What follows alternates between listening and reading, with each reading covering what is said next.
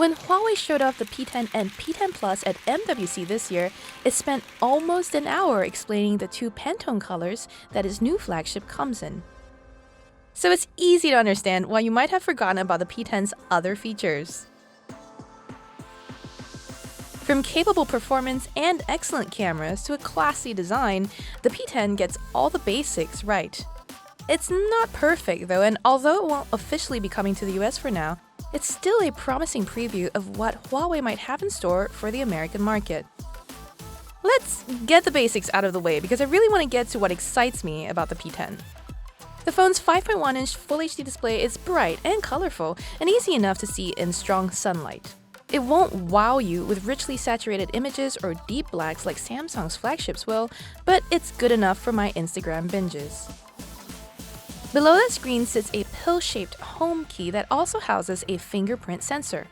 You can use this to navigate the Android Nougat OS with Huawei's EMUI overlaid, or you can opt for a set of on-screen navigation keys. You might want to go with the latter because the home button here will take a bit of getting used to, as you need to learn to long press to go home, swipe sideways for open apps, and press once to go back.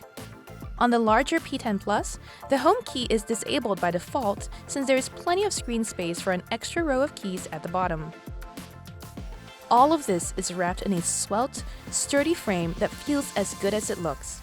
A lot of my friends have commented on the P10's resemblance to the iPhone, and indeed, that's true of the basic white gold version that you see here. But if you aren't feeling the Apple-esque look, you can opt for one of many customization options that Huawei offers. Pick a different color. There are 7, including the 2 Pantone options to choose from. Or choose a different finish. You can get a smooth, sandblasted back, a glossy coat, or a gritty texture that's reminiscent of holographic lenticular cards. That last option is popular with a couple of my coworkers, and it does help the P10 stand out. Another unique feature is the artificial intelligence Huawei has baked into the phone. Just like on the Mate 9, the P10's system will learn your habits over time and dedicate resources like RAM and power to launching the apps it predicts you will open next.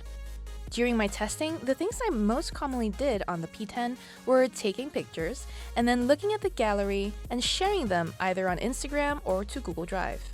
I did not notice any delay when switching between these apps, which could be a sign that Huawei's algorithm is working well here. Like I noted when I reviewed the Mate 9, this isn't something you'll notice until it doesn't work. And in general, my P10 is responsive. My favorite thing about the P10 isn't its unique color texture combination or the fancy machine learning processor. It is the phone's cameras, particularly on the front, that make me reach for the P10 over my iPhone 6s every time I wanted to snap a pretty picture. Huawei again teamed up with Leica on its imaging system here, and this time the benefits are evident.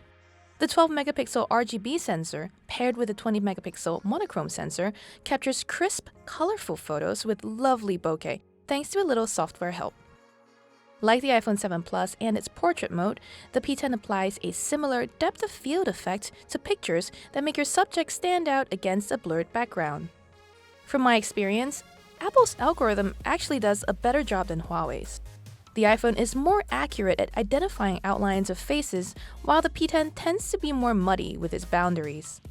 This results in parts of my head, like my hair, to be blurred out along with the background.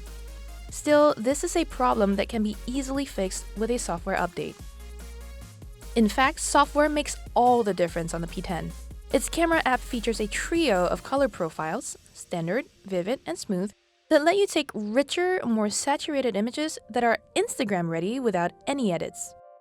I'm also impressed by the P10's capability in low light. Pictures of buildings at night displayed almost no noise while retaining clear details and vivid colors. The P10 Plus has newer Leica sensors than the regular P10, but I haven't noticed a significant difference in the picture quality between the two. So don't hold out for the larger handset in the hopes of better cameras. The two P10s also differ in their battery sizes. The regular one has a 3200 mAh cell, while the Plus has a 3750 mAh one. During my testing, both phones easily lasted about a day and a half on average use, but anytime I started playing games or watching a video series on YouTube, that runtime drops to a day. That's still impressive though, and recharging the phone is speedy enough thanks to Huawei's quick charge support. Ultimately, the P10 and P10 Plus are good-looking, responsive phones with strong camera performance.